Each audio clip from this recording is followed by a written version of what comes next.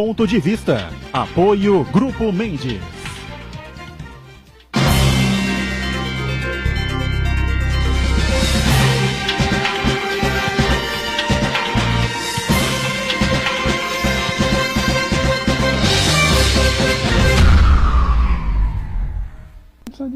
Olá, estamos abrindo aqui mais um Ponto de Vista, não é? Sempre com você neste horário da 1h30 da tarde, horário do almoço, e a tradição do debate político, da discussão dos temas e dos assuntos que formam a pauta da cidade, da região metropolitana, e sempre o debate aprofundado dos temas e dos assuntos de interesse nacional também. Polícia Federal nas ruas, né, em vários estados brasileiros, são 600 agentes aí cumprindo ordens de apreensão e vasculhar aí os escritórios e gabinetes de várias e várias prefeituras. Há citações aqui contra 3 prefeituras da região metropolitana, lá do litoral sul também, né? Mongaguá, Peruíbe, enfim, vamos acompanhar com calma para ver o que acontece em relação de desvios aí de merendas escolares. Claro que é um assunto extremamente complexo, extremamente grave, né? Não sei se tem uma relação direta aí com a Operação Lava Jato ou com a Déjà Vu. E a Déjà Vu, hein? Déjà Vu aí, déjà vuzando um monte de gente aí mais uma vez, hein? E mais uma vez próximos do presidente da República, o presidente Michel Temer. Sei lá onde é que vai parar essa coisa toda. E lembrando sempre a você que a nossa reprise, que normalmente é às 8 da noite, neste período de transmissões dos Jogos da Udi Santa, aqui pela Santa Cecília TV, você acompanha a reprise diariamente às 1h30 da manhã. Bom, vamos falar muito sobre a atuação da Secretaria de Patrimônio da União, né, do SPU, vamos falar muito sobre como é que a Prefeitura de Santos, como é que a cidade vem aí fazendo a verificação dos prédios, dos edifícios, enfim, estão aí em situação de risco aí por toda a cidade, a área central de Santos com muitos problemas nessa parte, tomando por base sempre a queda do edifício lá no Largo do Paissandu, há 15 dias, em São Paulo, que deixou aí algumas vítimas, os escombros ainda estão lá, né? Corpos e ossadas ainda estão sendo recolhidas, né? Devagarinho. Enfim, uma situação dramática que tem muito a ver, claro, com o problema habitacional que o país vive, que o estado de São Paulo vive, que o município de São Paulo vive, né? Aqui em Santos a questão não é tão grave assim, mas temos muito problema. Vamos trinchar esse assunto, recebendo aqui 2 representantes da Secretaria de Infraestrutura e Edificações aqui da cidade. Conosco aqui o Vitor Vieira, o Vitor que é coordenador de inspeção de instalações, né, da Secretaria. O nome é imenso, se ele quiser completar aí, fica à vontade. Vitor Vieira com a gente, tudo bem? Prazer tê-lo a bordo aqui. Prazer, boa tarde a todos, é um prazer estar aqui e estamos à disposição aí, se precisar. Muito bem, lá na ponta o Esmeraldo Tarquínio Neto, que é coach, advogado, mas durante um bom tempo foi aí o coordenador, o gerente, o representante, eu não sei qual é o cargo exato, Esmeraldo, da SPU aqui na cidade, na nossa região, né? Tudo bem, Esmeraldo? Tudo bem, Edgar. Uma satisfação estar aqui com vocês. Eu fui, o nome do cargo aqui era coordenador do escritório e eu era gerente adjunto no estado de São Paulo, da SPU. Muito bem. E aqui o Ronald da Costa, né? Do Couto, perdão. Do Couto, perdão. Chefe do Departamento de Obras Públicas também, né? Como eu disse, da Secretaria de Infraestrutura e Edificações, vai participar com a gente também, para explicar direitinho como é que andam aí essas verificações e esse acompanhamento, né, que faz a Prefeitura desses edifícios e prédios aí que, alguns deles já ruínas aí pela cidade, né, o Ronald? Obrigado também pela presença, tudo bem? Tudo bem, Luciano. É um prazer estar aqui com vocês, tendo a oportunidade de esclarecer aí as informações sobre o nosso acervo de imóveis do centro de Santos. Acervo de imóveis é bom, viu? Marcos Santana na ponta, sempre atento nas redes sociais, as transmissões fazemos aqui do Ponto de Vista e a sua participação conosco também. Tudo certo aí, Santana? Tudo certo, boa tarde a todos, boa tarde especial que nos acompanha ao vivo, do Ponto de Vista. Quero convidar você a participar do programa, mandando sua pergunta, crítica, sugestão, pelo Facebook, Ponto de Vista com Edgar Boturão, ou por e-mail, contato@pontodevista.tv.br. O programa também pode ser acompanhado ao vivo pela internet, santaportal.com.br/tv. Os programas anteriores ficam disponíveis também na internet, no nosso canal no YouTube, na nossa página no Facebook. E você que nos acompanha na reprise, uma boa madrugada.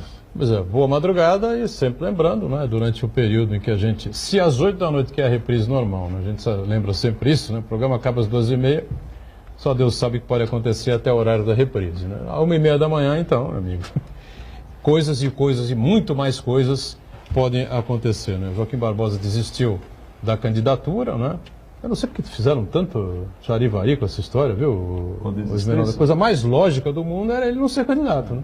Era totalmente contra a onda, né? É lógico. Era uma onda que trazia, mas era contra a onda da natureza política, né? Não tinha muito sentido. Não tinha sentido absolutamente nenhum, dissemos isso aqui várias vezes, e olha, graças a Deus que uns malucos aí, porque o novo e tal, mas que novo? Joaquim Barbosa foi muito bem como presidente do Supremo, como ministro do Supremo Tribunal Federal, e ponto final, né? Talvez como ministro da Justiça, num futuro governo que ele tem aí uma relação... Final, doutor, um ponto de interrogação, né? Do que pode vir por aí? Ele disse que vai para a Argentina no dia da eleição. Eu digo a candidatura dele não era um ponto final, era um ponto de interrogação, porque ninguém sabia, na verdade, o que ele defende para o país, né? Quais as propostas que ele defende. Ideias, né? A ideia dele, o tamanho do Estado que ele imagina, o que ele defende para a Previdência, quais as reformas que ele considera necessárias. Quer dizer, essa dúvida persiste ainda, né? Ele disse que já é muito complicado e vai para Buenos Aires, vai viajar para a Argentina no dia da eleição, vai ficar por lá, depois ele volta, porque a política no Brasil é muito complicada, o pessoal pega muito pesado, entendeu? Um cidadão que até anteontem era cotado, e tinha uma boa performance nas pesquisas. 10%, 11%. É uma coisa... Não é moleza, não. Está melhor do que outros que estão aí mais tradicionalmente colocados. Mas o fato é que um cidadão, nessas condições, que diz que vai no dia da eleição vai estar fora do Brasil, não é possível. Não é possível. Eu teria vergonha de falar um negócio desse. Eu posso até ir fica quieto, né? Não quero, fica quieto. Não vai... O Márcio França falou ontem, né? O governador Márcio França falou ontem na Rádio Bandeirantes uma coisa muito interessante. Falou, não é um brinquedo você entrar na vida pública, entendeu? Você entra realmente porque é algo que te dá muito prazer, muita satisfação, né? Nasceu por essa coisa. Porque a tua vida é devassada todo dia. Todo dia procuram ali um pelinho em ovo para responsabilizar você, enfim. Aí disse ao Datena, eu assumi o governo do Estado há um mês, né? Aí nesse período já aconteceu, caiu um prédio em São Paulo, só isso, caiu um prédio em São Paulo. Né? Caiu um avião que vinha não sei da onde, precisava resolver não sei o quê, tem crise não sei aonde, todo dia tem crise no Palácio dos Bandeirantes. Você acorda achando que vai cumprir a agenda e tal, mas não adianta. Você risca no meio da agenda, tem que atender não sei o que, tem que resolver não sei o que lá, problema na escola não sei da onde, não sei o que na área da saúde, uma confusão diária e que você precisa ter realmente um preparo não só psicológico, né? Como emocional também para esse tipo de coisa, como físico também para aguentar esse tranco. E tem uma paciência, mas uma paciência enorme, como eu digo sempre aqui.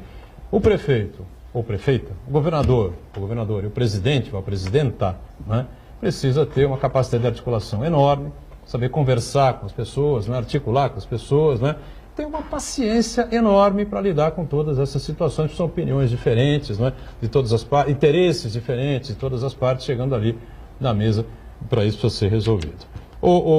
Vitor, todo mundo tomou um susto, né, quando caiu o prédio lá no Largo do Paissandu, em São Paulo, né, e daí para frente a gente começou a acompanhar o prédio invadido, não seria jamais um prédio residencial, o incêndio começou porque estava entulhado de lixo até o 5º ou 6º andar, né, uma coisa assim, né, e aqui a gente, imediatamente, me veio à mente aqui a cidade de Santos com os problemas eternos, especialmente no centro da cidade. Como é que fica aberto aqui também para o Ronald, né? A gente começar essa discussão. A prefeitura vem fazendo aí o acompanhamento diário. É assim que funciona? Exatamente. A prefeitura vem fazendo acompanhamento diário, mais precisamente aí no começo desse ano. Nós montamos uma equipe técnica específica para o centro de Santos, porque essa fiscalização é para toda a cidade de Santos. Porém, devido ao histórico de alguns imóveis no centro que tiveram alguns colapsos, graças a Deus não houve ferimentos, né? Mas nós montamos uma equipe técnica, isso aproximadamente meados de janeiro deste ano, e fizemos umas vistorias, fiscalizações dentro do centro histórico, pegamos várias avenidas e ruas principais e levantamos, selecionamos 115 imóveis que poderiam gerar algum certo tipo de risco para transeuntes e para os próprios usuários desses imóveis, né?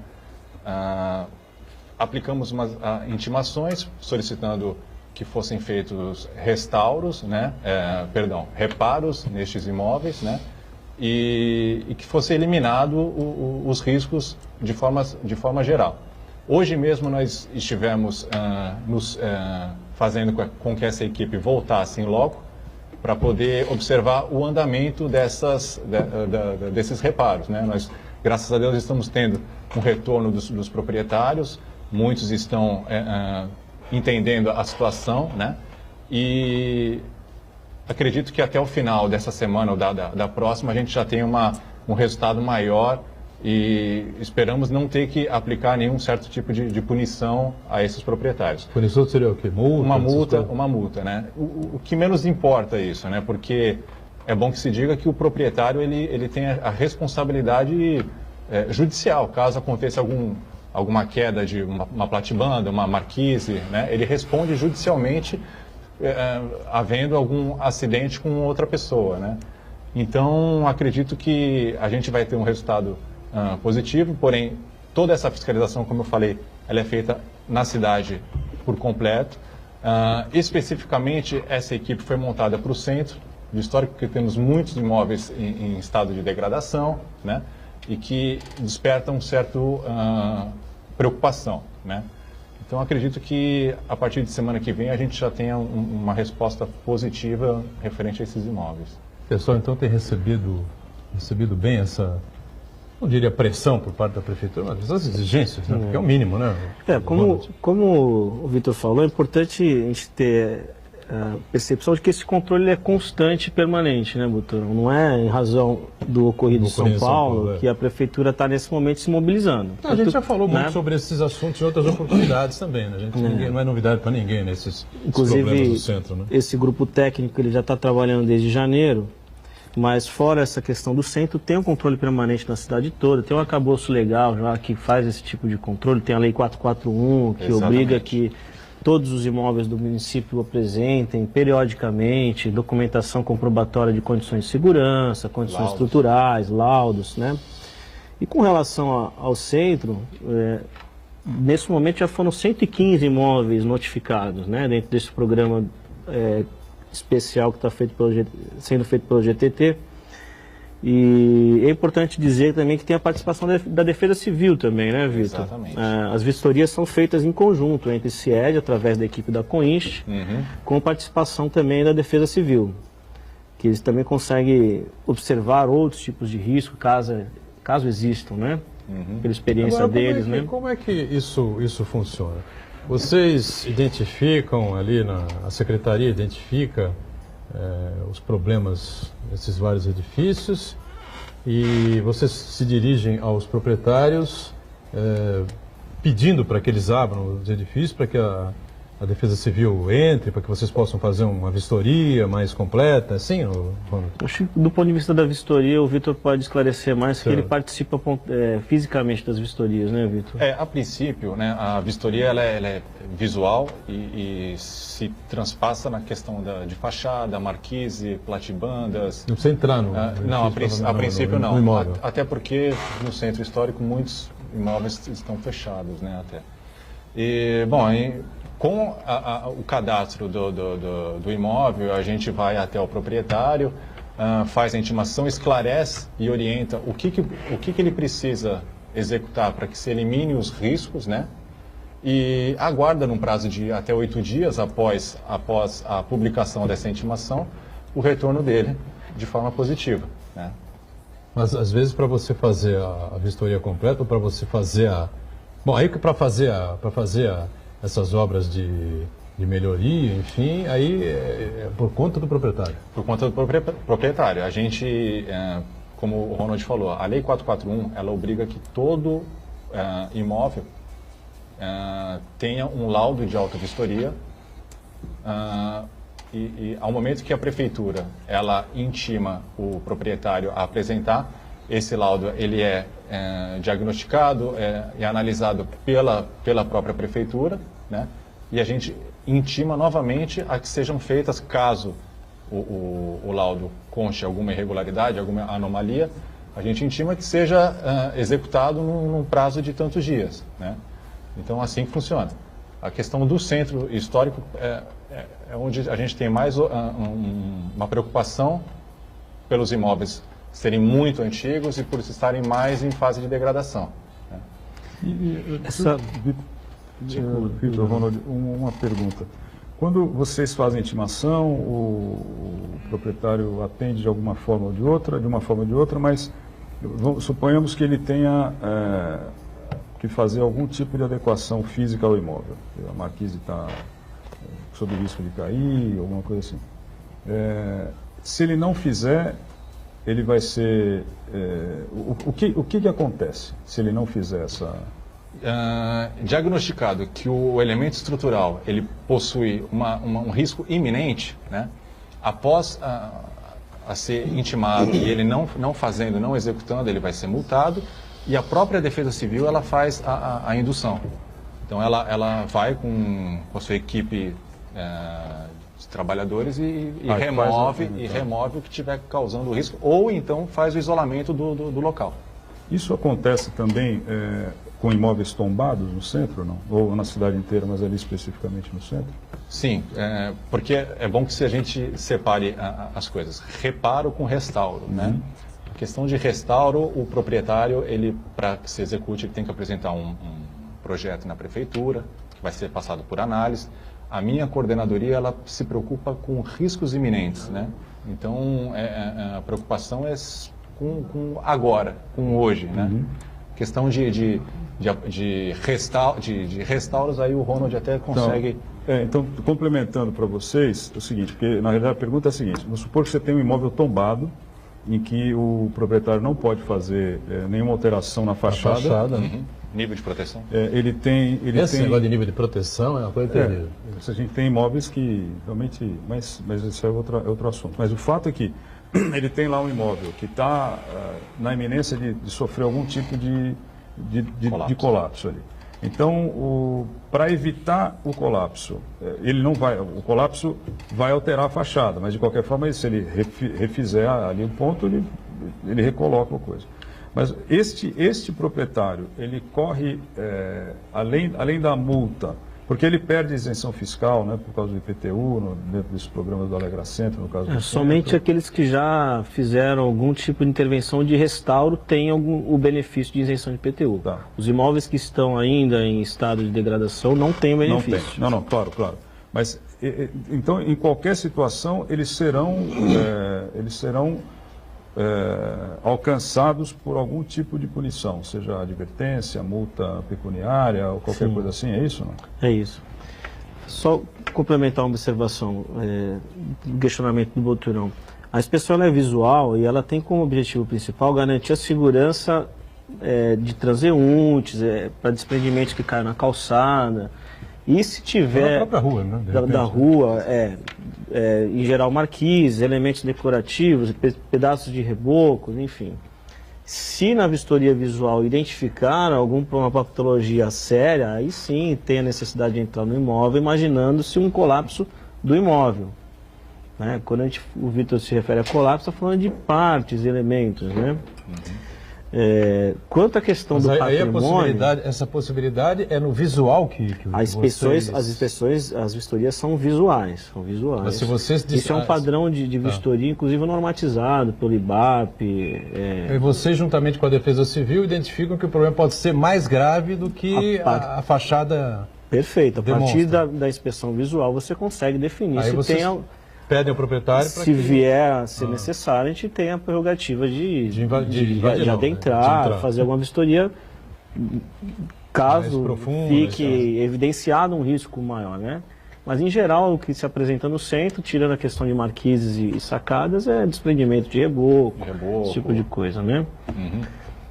Questão do patrimônio, né? Embora eu esteja aqui falando esteja hoje aqui representando a CIED, eu também faço parte do CONDEPASA. Já estou há alguns anos como... A CIED tem cadeira no CONDEPASA e há alguns anos eu que represento a CIED no CONDEPASA e atualmente eu estou vice-presidente do CONDEPASA. Então, a partir do momento que criou-se esse GTT na prefeitura, o CONDEPASA preocupado com essa questão da possibilidade de descaracterização, isso é uma preocupação dentro do CONDEPASA. Nós já, via CONDEPASA, enviamos comunicação oficial já para a CIED, para a Ouvidoria e para a Defesa Civil para que o CONDEPASA participe desse processo. Uma vez que se identifique que aqueles elementos que possam vir ser necessário remover, que ele seja feito de uma maneira controlada e documentada de maneira a não perder o bem. Então o CONDEPASA nesse momento está num trabalho de se aproximar também do GTT, porque ele entende, a Alegra Centro também, existe um escritório técnico dentro da CEDURB que cuida dessas questões patrimoniais, dos bens que são gravados, NP1, NP2, NP3. E nesse momento a gente está nesse processo de mobilização para aproximar esses dois institutos, esses dois órgãos públicos do GTT, com o intuito de colaborar, não é de paralisar o processo que está acontecendo, que a gente entende que a questão da segurança é prioritária. Mas também é necessário que tenha a preocupação da preservação daqueles que têm nível de interesse cultural.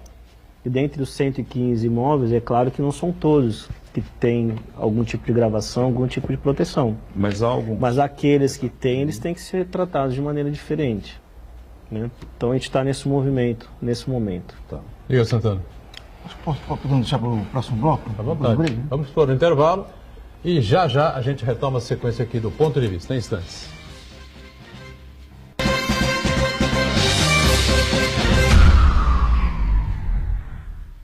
Existe um lugar em Santos onde você encontra os empreendimentos mais fascinantes da região. Um lugar amplo, aconchegante, feito para oferecer o melhor atendimento para você. Um lugar que reúne as melhores opções residenciais e comerciais nos bairros mais nobres de Santos. Um lugar que a gente nem precisava dizer, porque você já sabe. Central de Vendas Grupo Mendes, Rua Guaiaó 55, Aparecida. Venha fechar um bom negócio para abrir as portas do seu novo lugar. A Ecovias dá as boas-vindas para um novo tempo. Nova entrada de Santos Sistema Viário. Chegou a obra que todos aguardavam. Mais agilidade, segurança e conforto para moradores e turistas. Reformulação dos acessos à cidade e ao porto. Novas vias locais, 3 viadutos, 2 passarelas, ciclovia, para melhorar a sua vida. Nova entrada de Santos Sistema Viário. Boas-vindas para uma vida melhor.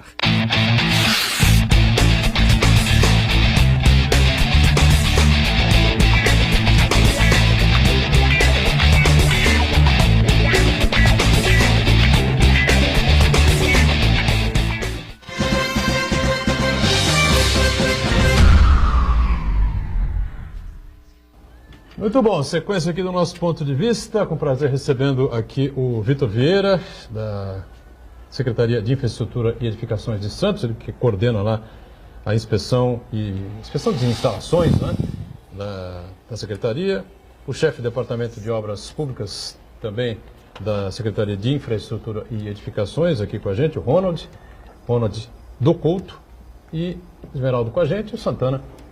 Tá aí a palavra para fazer um questionamento aí aos nossos convidados. Diga aí, Isso, Santana. exatamente. Aproveitando o episódio do desabamento daquele prédio no Largo do Paissandu, evidentemente a gente não pode ter nenhum efeito positivo disso aí, mas tem uma consequência direta que a gente pode analisar, é que finalmente se lançou atenção, se chamou atenção para o problema habitacional no Brasil, né? Inclusive no Brasil existe, o próprio IBGE atesta isso daí, existem mais imóveis vazios do que pessoas sem casa, né? São 6 milhões de imóveis abandonados no Brasil. Não é casa de praia, não é pessoa que tem o apartamento para aluguel, são imóveis abandonados. E 6 milhões e meio de pessoas que moram em favelas, moram na rua e moram em subhabitações, né? E uma consequência direta disso aí são as invasões, né? Que é uma consequência desse problema social muito grave. Em Santos parece que nós não temos imóveis abandonados, invadidos por pessoas. Mas temos um outro problema, que são as habitações coletivas, os chamados cortiços, principalmente na Vila Nova e no Paquetá. Um imóvel que no passado abrigava apenas uma família, os cômodos são subdivididos e há 10, 15 famílias no mesmo ambiente. Existem famílias que moram nos porões dessas habitações. Então eu queria saber dos representantes da Prefeitura quais são os mecanismos que a Prefeitura tem, que o Poder Público Municipal tem, para fiscalizar a habitabilidade dessas moradias, em termos de segurança, em termos de questão de saúde mesmo, porque um dos maiores índices de tuberculose do Brasil é no bairro do Paquetá, né? Até em função do ambiente muito insalubre. A Prefeitura tem poder de, por exemplo, interditar um imóvel ocupado nessas condições? Fica à vontade, Bom, não sei quem. Do ponto de vista de interdição, acho que depois o Vitor pode falar se tem algum instrumento na Comiche, confesso que eu não sei dizer.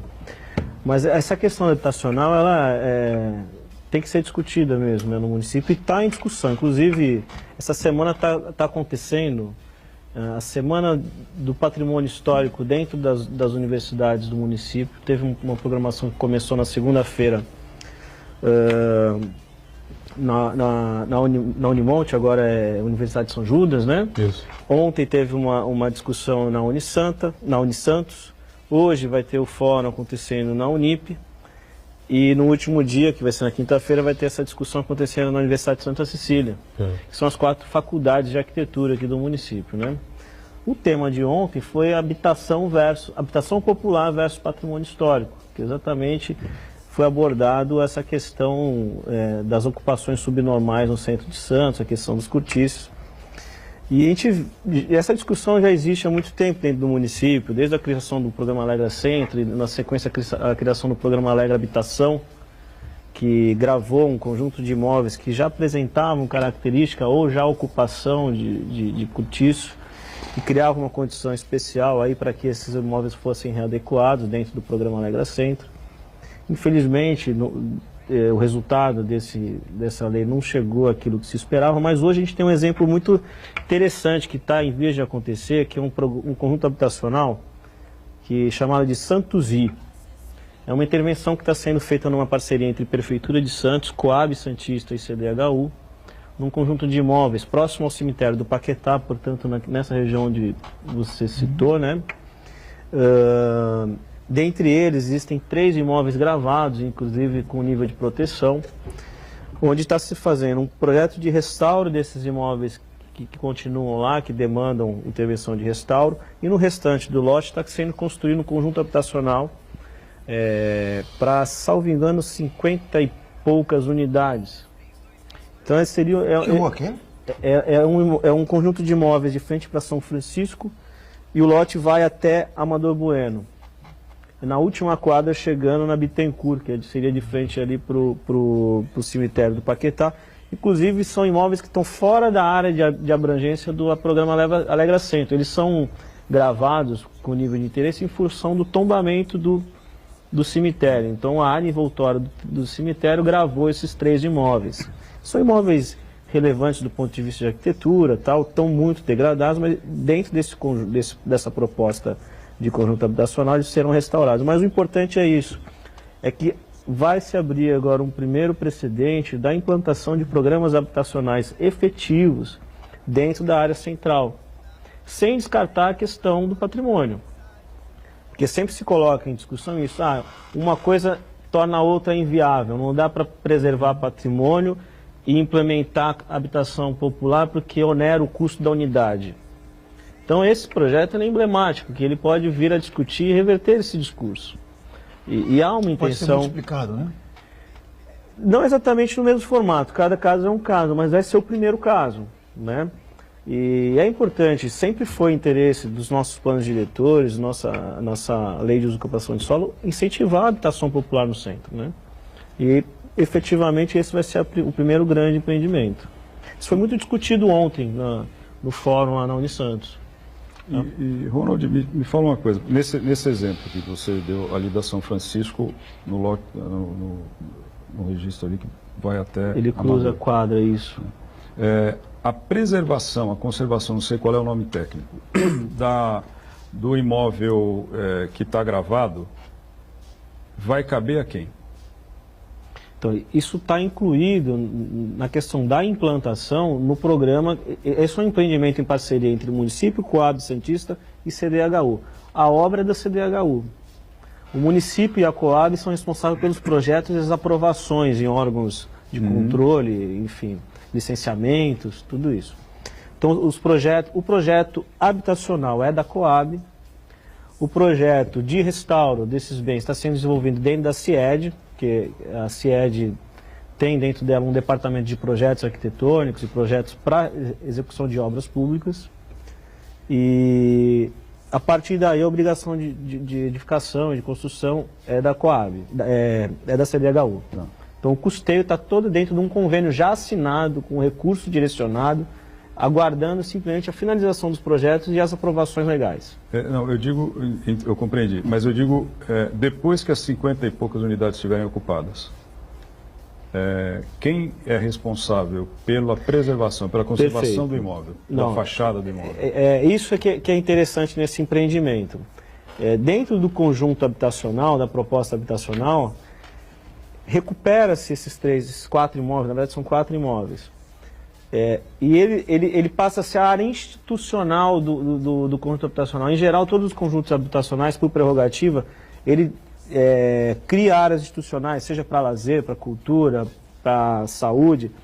Então, ali cria-se uma associação, uma área de lazer do empreendimento ali. Então, é um centro comunitário. Faz parte da obrigação condominial.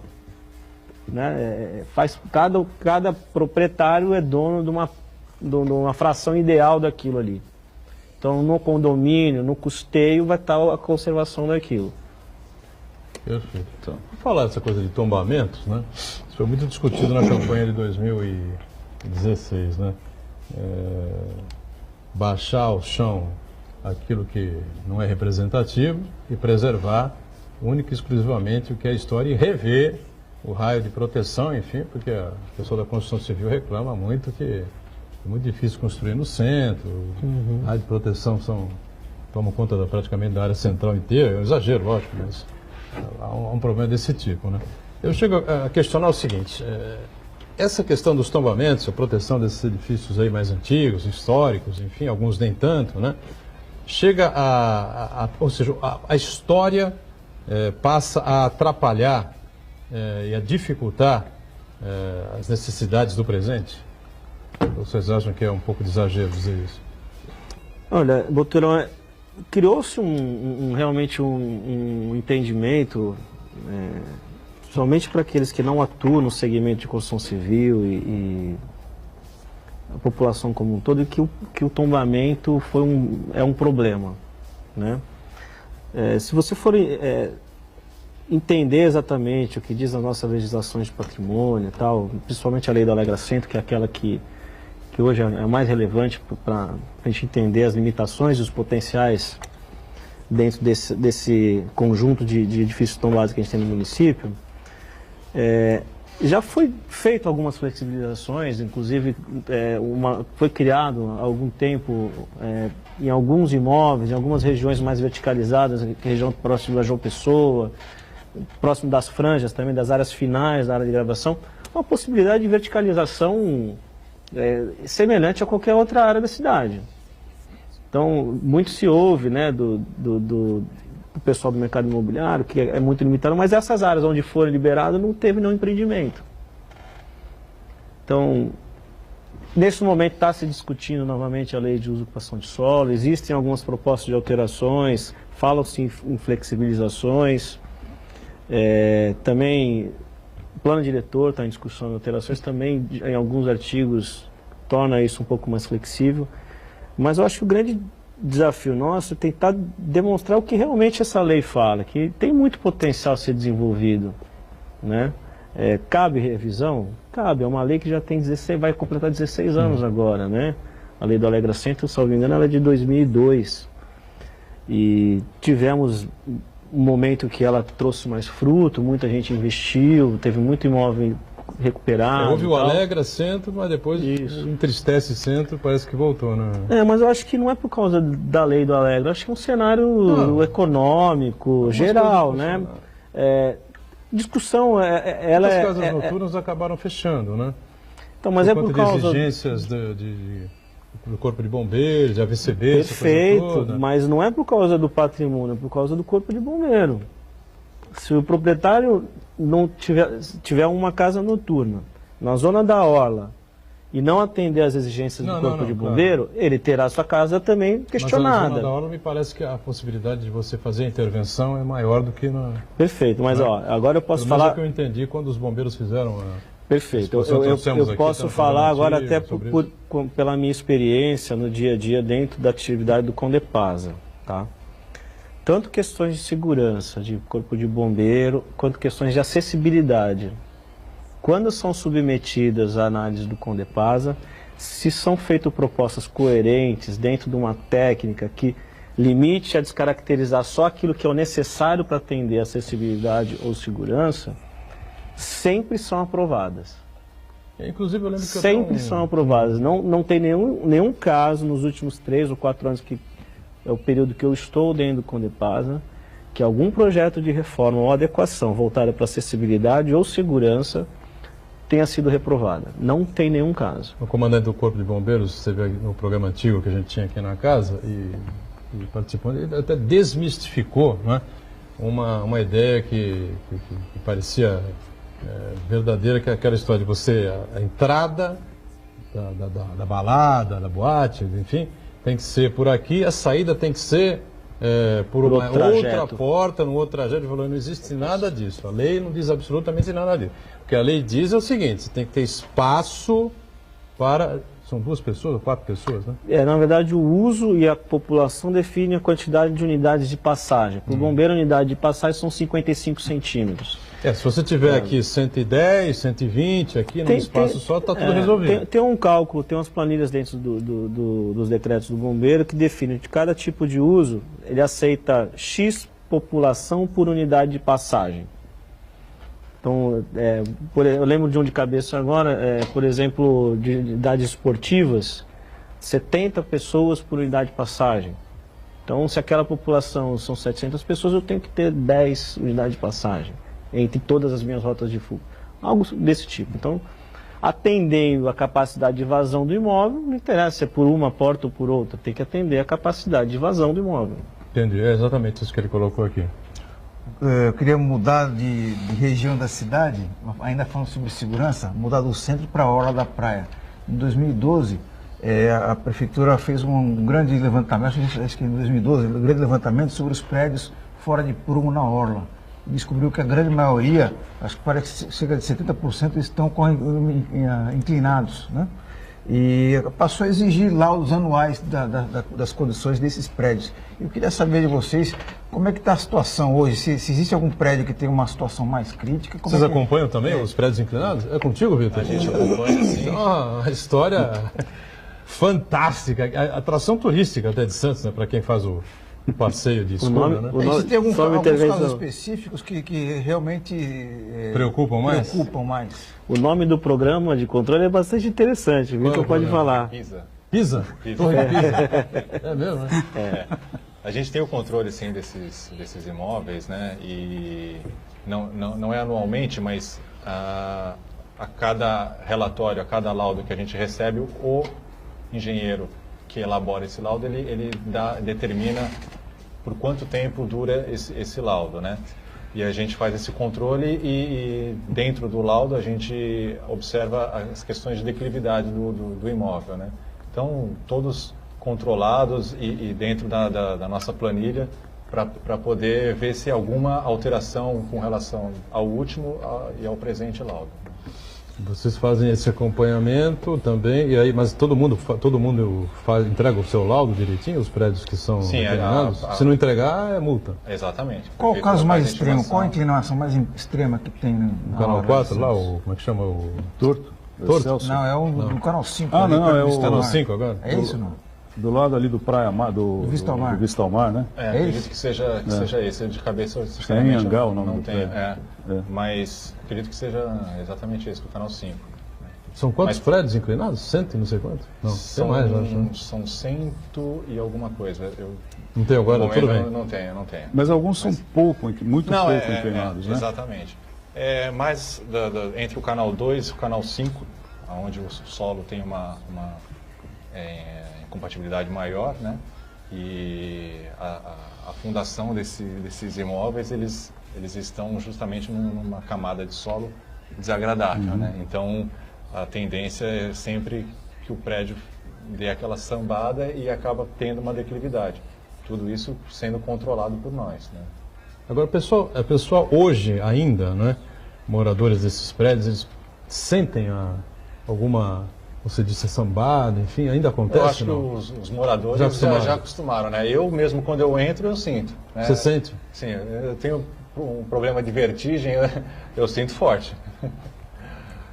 Tá andando uma direção, de repente você vai, né? Como é que é Direto feita a ali. fiscalização? A bolinha de gude coloca? Olha de olho, vai, né? É feito ensaio topográfico, né? E aí sim você tem um parâmetro, né? Muito bem. Vamos para o nosso intervalo, a gente volta já para falar também da SPU, né? Porque como o prédio que desabou em São Paulo, lá no Largo Paissandu, ele era da União, né? Estava numa negociação avançada com a prefeitura, enfim, né? Mas ainda pertencia à União. Foi lá o presidente Michel Temer, quase foi agredido, aquela confusão toda que a gente acompanhou, né? Voltamos já.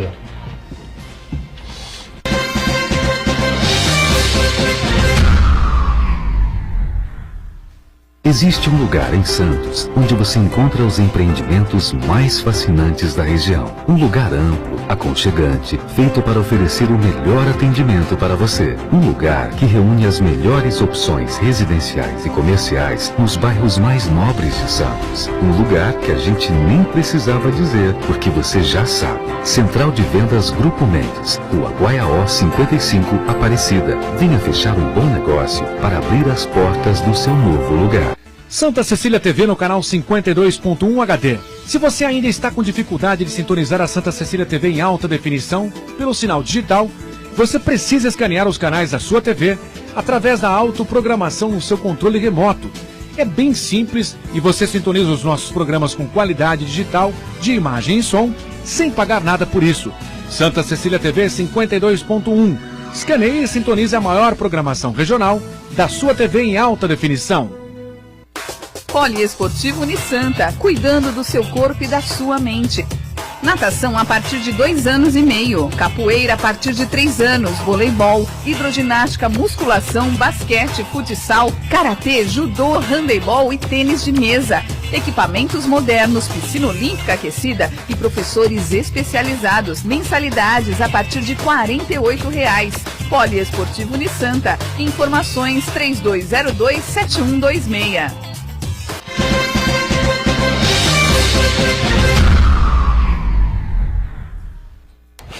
Sequência aqui do nosso ponto de vista, passar a bola lá para a ponta esquerda com o nosso Esmeraldo Tarquínio Neto. O Esmeraldo foi o gerente do escritório da SPU, né? Secretaria de Patrimônio da União, aqui em Santos. Acho que abrange a região toda e o Vale, é isso? Não sei. Litoral, né, Esmeraldo? Basicamente o litoral. Litoral, né? E não sei também aqui se o Ronald e o Vitor tem alguma coisa a falar a respeito de algum prédio que pertence à União ou ao Estado, enfim, depois eles ficam à vontade também para falar a respeito disso. Mas fica aquela dúvida, né, Esmeralda? A União tem patrimônio para quê? Se a gente vive no município. É aquela história. Agora repassaram as praias aqui para as prefeituras administrarem, né? O Porto, brinquei outro dia aqui, né? Até o secretário Rogério estava aqui com a gente, né? Se você tem um determinado ponto da cidade que você poderia fazer aqui uma atração turística, né? Vá a Santos e esteja em lugar nenhum. Porque se você atravessar determinado ponto, você está na União, né? Ali nos armazéns, de 1 a 8. Você sai ali, atravessa ali do Museu Pelé, você está no meio da rua, você não está em lugar nenhum. Você está em lugar nenhum. Você não está em Santos, você está num lugar chamado Brasil, né? É uma confusão danada, uma coisa que ninguém entende, na minha opinião, absolutamente inconcebível eu acho que o que está dentro do município devia ser tocado e administrado pelos municípios, né? Mas eu queria que você explicasse, enfim, como é que é o funcionamento e como é que a SPU consegue gerenciar essa coisa toda. Então, você tem uma divisão ali entre, pelo que eu me lembro, né? Já faz 10 anos que eu saí de lá, 10 anos. Então, mas você tem os imóveis que são ocupados por cidadãos que têm as suas casas, apartamentos e tal, então eles moram nas suas unidades. Vamos dar um exemplo ali, o prédio, o Núncio Malzone ali, que foi objeto de um reaprumamento, não sei se esse é o nome, mas ele foi recolocado ali no lugar dele, nos 2 blocos. Então, quem mora ali no Núncio Malzone, parte daquele terreno é da União Federal. E aí você paga onde está o edifício? O terreno onde está o edifício. O imóvel não é neste caso, o imóvel não é da União. O imóvel é privado, mas ele está sobre um terreno da União Federal, portanto, ele paga lá a ocupação ou o aforamento. E a cada venda ele tem que pagar o laudêmio, né, que é uma taxa de transferência. No caso de outros tipos de imóveis, que são, por exemplo, o porto, os imóveis que, por uma decisão judicial, passam a integrar, porque esse também é outro bloco de imóveis, Edgar, são imóveis que são tomados pela União Federal por conta de alguma ação judicial, por exemplo, em que aí o imóvel passa a fazer parte do patrimônio da União e tem lá, eles chamavam, pelo menos, acho que isso deve ter tido alguma alteração, de próprios nacionais. Mas eu me recordo, por exemplo, acho que no ano de 2005 ou 2006, o escritório foi intimado a fazer a reforma, ou na realidade desmontar mesmo, a marquise de uma companhia de armazéns gerais que ficava ali no final numérico da General Câmara. Esse terreno, inclusive, depois, ele faz esquina com, uma das esquinas é com a Rua dos Estivadores. E ali me parece que teve uma intervenção, eu acho que é naquele local que teve uma intervenção, eles foram construídos alguns imóveis, algumas unidades verticalizadas ali, né? Que a Associação dos Cortiços de Santos tinha feito lá um convênio com a União Federal e teve naquele momento uma boa experiência em termos de moradia compartilhada, de moradia condominial. Mas o fato é que realmente, no caso do acontecimento lá de São Paulo, eu conheci esse prédio. Conheci esse prédio porque eu fui a uma solenidade, em uma determinada ocasião, na Polícia Federal, que era ali a sede deles, na década de 80. Ah, sim. E era um prédio moderno para aquela época, ele é um prédio super moderno. Até hoje, ou até a semana passada, ele se destacava, porque... Inclusive tombado pelo patrimônio histórico do Estado de São Paulo, pelo Condefat. Pelo Condefat, né?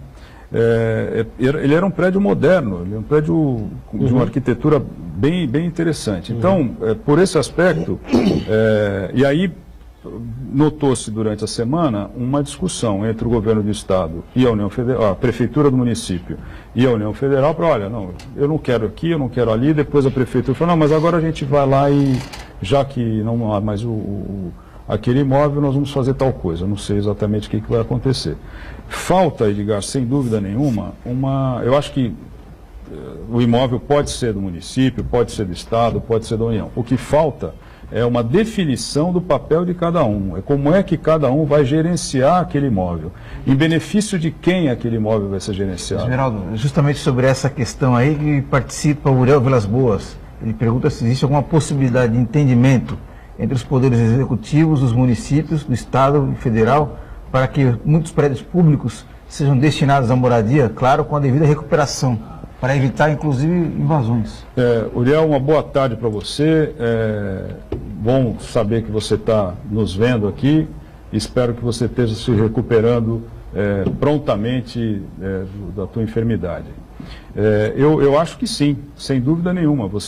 O próprio exemplo que o Edgar deu, de que hoje, a partir de meses atrás, há uma gestão compartilhada da orla das cidades. Isso é um exemplo, é um modelo que pode ser aplicado, pode ser replicado para imóveis. Não vejo nenhuma dificuldade nisso. O que tem que haver é boa vontade, senso político comum entre a União Federal e o Estado, a União Federal e o município, ou a União Federal e o Estado e os municípios. Porque senão, se você não tiver esse senso comum, se você não tiver essa boa vontade, é boa vontade, não é nada além de boa vontade. Você tem que realmente deixar de lado o que te interessa do ponto de vista ideológico, do ponto de vista político, e atuar sob o ponto de vista da cidadania, sob o ponto de vista da humanidade, em favor de quem precisa, porque não tem dúvida de que a questão, porque quando a gente estava comentando agora há pouco a respeito dos cortiços, as pessoas identificam facilmente, não é, o cortiço, não a moradia coletiva de baixa qualidade. Se você não fizer, e o termo técnico é congelamento, não é isso? Claro. Se você não congelar a área, se você não colocar uma parede no lugar que era a porta, enquanto não se decidir o que vai fazer, as pessoas vão voltar a ocupar. Porque sempre vai ter algum sem vergonha, algum safado, que vai se utilizar da necessidade do cidadão para botar ele naquelas condições. E aí os índices de tuberculose vão continuar altos, porque aí você não vai ter como você combater e melhorar as condições sanitárias do lugar. Agora, Esmeralda, esse entendimento que você prega aí seria o ideal, mas eu considero isso absolutamente inviável e impossível. Porque você vê, na área portuária, por exemplo, né, o porto que tem aí 25%, 30%, gira aí 25%, 30% do PIB nacional, né? É por onde escoa aí grande parte da carga do país. Por exemplo, um estado fortíssimo economicamente, como é o Mato Grosso, né? Utiliza quase que diariamente o Porto de Santos. E a União não faz um investimento aqui, né, no que diz respeito à entrada e saída do cais, enfim. Concordo com você. Alguém vai lá saber que existe um cortiço, que existe necessidade que existe gente saindo da cidade, do ponto de vista para Praia Grande ou para São Vicente. Não, mas não dá para. São duas coisas distintas. Mas se a União não olha para o porto, que é absolutamente lucrativo, né? Você acha que vai olhar para não vai, porque tem gente que cuida disso no patrimônio da União, Edgar. Tem gente. Pode ser que hoje não tenha, mas na época que eu estava tinha. Então isso tinha. Tomando como foco a pergunta do Uriel mesmo, essa questão de edifícios a serem convertidos em habitação social, eu não vejo um acervo grande do patrimônio aqui para que atenda a esta demanda, né? Centro de Santos, né? Porque o que tem das pessoas são aquelas áreas que a gente sabe que são ocupadas para outros usos, grandes áreas, como o CT do Santos, enfim. Mas edifícios propriamente ditos que não estejam em uso da SPU, não vejo. Você tem aquela faixa... Tem invasão, né? Não vejo. Tem invasão. Não tem invasão. Quando a gente fala do problema de cortiço, a gente está falando de imóveis de particulares. Né? Acho que não é porque ali, mas gente nesse sem caso... casa tem. Gente sem casa tem, que não tem casa sem gente. Não tem, exatamente. Nessas condições, né? E aí, é verdade, são coisas distintas também, Ronald, são coisas distintas. Mas o fato é que, quando você tem, porque o problema eu acho que está no fato de que a autoridade portuária não exerce o papel dela, no caso do porto, Edgar, no caso do porto. Ela não vai, e como ela é a responsável, a guardiã e responsável pelas áreas portuárias, a circunscrição da atividade dela está ali dentro, né? Não está para fora. Agora, que a União Federal tem condições, a SPU tem condições de atuar no sentido de não resolver, porque isso não resolverá sozinha, mas de procurar, no que lhe couber, equacionar um pouco, minimizar um pouco, ou diminuir o número de pessoas que estão em condições de habitação subhumanas, isso não tenho dúvida de que eles podem fazer. É possível fazer. Tem que organizar. E tem que fazer o quê? É convênio com o governo do Estado, e a CDHU constrói em próprio federal, e as coisas têm que ser dessa forma, porque se não forem assim, nós não vamos sair dessa encalacrada nunca. É uma coisa que é difícil mesmo. Por isso é que eu falo na boa vontade. Inclusive, nesse sentido, Esmeraldo, ontem no evento da jornada aí do patrimônio, que o tema era habitação versus patrimônio, a arquiteta Sônia Luz, da Coab, citou inclusive a atuação do Serviço Patrimônio da União, no sentido de busca de áreas para fazer novos empreendimentos, no sentido de colaboração para fazer correções, ratificações de certidões, para poder resolver questões de transferência de propriedade. Fica a sensação de que já existe realmente um trabalho sendo coordenada entre os poderes públicos no sentido da parceria se esse patrimônio pertencesse aos municípios, né? Esquece a União não existe. Estou falando, você sai dali do Museu Pelé e atravessa em direção aos armazéns, você está em lugar nenhum. É um dos poucos lugares do mundo que você tem essa possibilidade turística. Venha para Santos, vá até a área central da cidade, atravesse do Museu Pelé em direção aos armazéns 1 a 8, você estará em lugar algum. Olha, com os pés no chão, hein? Sobre o asfalto. Você está em lugar nenhum, porque você está fora de Santos, você está no Brasil. Que bonito, hein? Pô. Então, parabéns, Menaldo. Se você repassa de uma maneira organizada, sem onerar os municípios, evidentemente, né? Não pode piorar a situação dos municípios. Mas se você repassa todo o patrimônio da União percentualmente para os municípios... Eu vou te dar um exemplo do que não aconteceu. Melhorar a situação. Não, eu vou te dar um exemplo do que não aconteceu. Todo mundo aqui sabe por onde passa a tal da linha férrea da Codesp. Linha férrea, opa. Certo? Que sai lá do morro que fica atrás do CT do Santos. Tem ali onde fica o poupa-tempo do Detran, o Detran CT agora do fica Santos ali. Pertence à União Federal. E também querem botar o Santos para fora. Pelo menos tem uma ação aí, porque algumas cláusulas do contrato não foram cumpridas. Por isso, porque se tem contrato, não cumpre, então... Mas aí ela vai dali até o Outeirinhos, no Porto, porque ela era uma linha que tirava pedra, na época que você podia fazer isso, você tirava a pedra, explodia lá o morro e levava a pedra para fazer o aterramento do Outeirinhos. O histórico é esse. Então você tem uma linha onde você tem algumas ocupações irregulares até hoje, mas, de qualquer forma, remanesceram 5 áreas daquela área, daquele trecho, remanesceram 5 áreas. E essas áreas foram... por conta de convênios, de contratos, eu não sei qual foi o diploma na época, foram repassadas para a prefeitura. Houve uma série de dificuldades, eu peguei um pouco essa época, houve uma série de dificuldades. Agora, o que você falou, teve repasse para a prefeitura, teve condições, teve projeto, a Coab fez projeto, a Coab fez os projetos de todos os conjuntos habitacionais, só que aí o que acontece? A especulação imobiliária fala assim, opa, aqui eu não quero que more gente assim, porque não tenha dúvida de que não é outra coisa que não isso. O cara que faz a especulação imobiliária, porque, na realidade, pobre não pode morar naquele lugar. Antes, pobre não podia morar na praia. Agora, pobre não pode morar lá na linha da Codesp.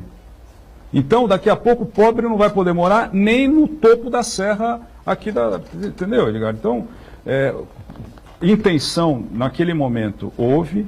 A prefeitura recebeu, isso foi uma coisa que andou muito bem em um determinado momento, era o governo do Papa, no começo, primeiro governo do Papa, o Márcio Lara era secretário de planejamento, depois o Bechara foi secretário de planejamento, nós trabalhamos bastante para que aquilo evoluísse. Eu acho que o Hélio era o presidente da Coab naquela época, o Hélio Hamilton. Acho que sim. Nós evoluímos muito, o trabalho com a Coab foi sensacional, porque ele era muito produtivo. O Hélio é um cara muito competente. Muito. Né? E os arquitetos, os técnicos da Coab também atuaram muito bem naquele projeto, mas não dependia deles. Dependeu de outros fatores para que não acontecesse nada. Claro que aquilo não resolveria o problema do déficit habitacional, lógico que não. Mas ele poderia ter ajudado um pouco. Agora, cada um faz a sua parte. Com relação a esse tema, vocês na prefeitura, o Vitor, não tem nenhum prédio, nenhum problema desse tipo aí, como a gente teve lá no Largo do Paissandu em São Paulo, que seja da União e a SPU esteja gerenciando, e aí vocês desconfiem que haja algum perigo. Aqui em Santos, não? Nessas condições iguais recentemente tivemos em São Paulo, eu acredito que não. Não sei se mas vocês têm problemas, envolvimentos aí com edifícios, prédios da União? Não. Não. A questão que fica, acho que também está em uma fase aí de uma solução, foi noticiado recentemente na imprensa, a questão dos armazéns 1 ao 8. Né? Isso, foi feito um TAC, né? Estranhamente excluíram a prefeitura desse acordo, né, desse termo de ajustamento de conduta entre o Ministério Público e a presidência da Codesp. Quer dizer, aí fica a brincadeira que eu faço sempre aqui. Algum jeito de você acessar os armazéns sem pisar em Santos? Não? Porque os armazéns estão em lugar nenhum, né? Pelo estuário, né? Pelo estuário. Você vem de barco, né? Pirateando lá a cidade. Pessoal, estamos chegando ao finalzinho aqui. Eu queria agradecer muito as participações aqui do Vitor, tá certo? Obrigado. O Vitor Vieira, obrigado por estar conosco, coordenador do Inspeções e Instalações, e também do Ronald do Couto, tá certo? Para não confundir, né? Chefe do Departamento de Obras e da Secretaria de Infraestrutura e Edificações também, Esmeralda está sempre conosco, Marcos Santana diariamente com a gente, né? E a gente com você de segunda a sexta, você acompanha a gente 1h30 da tarde, sempre ao vivo, né? E a nossa reprise enquanto a Santa Cecília TV estiver nas transmissões dos Jogos da Unisanta, a 1h30 da manhã. Por favor, faça o encerramento que eu já pedi para você. Obrigado a todos e Deus existe. Ninguém identificou, tá certo? O Vitor é filho do Armando Gomes, tá certo? Nosso campeão de audiência do Esporte por Esporte, né? Há 25 anos no ar aí, realmente um herói da resistência, o Armando. Além de tudo, o maior âncora esportivo da TV do Brasil, tá certo? Um abraço, Armando, e obrigado por você que nos acompanha diariamente. Repito, 1h30 da tarde ao vivo, reprise 1h30 da manhã, do período em que a gente faz os jogos da Unisanto. Valeu, gente. Obrigado.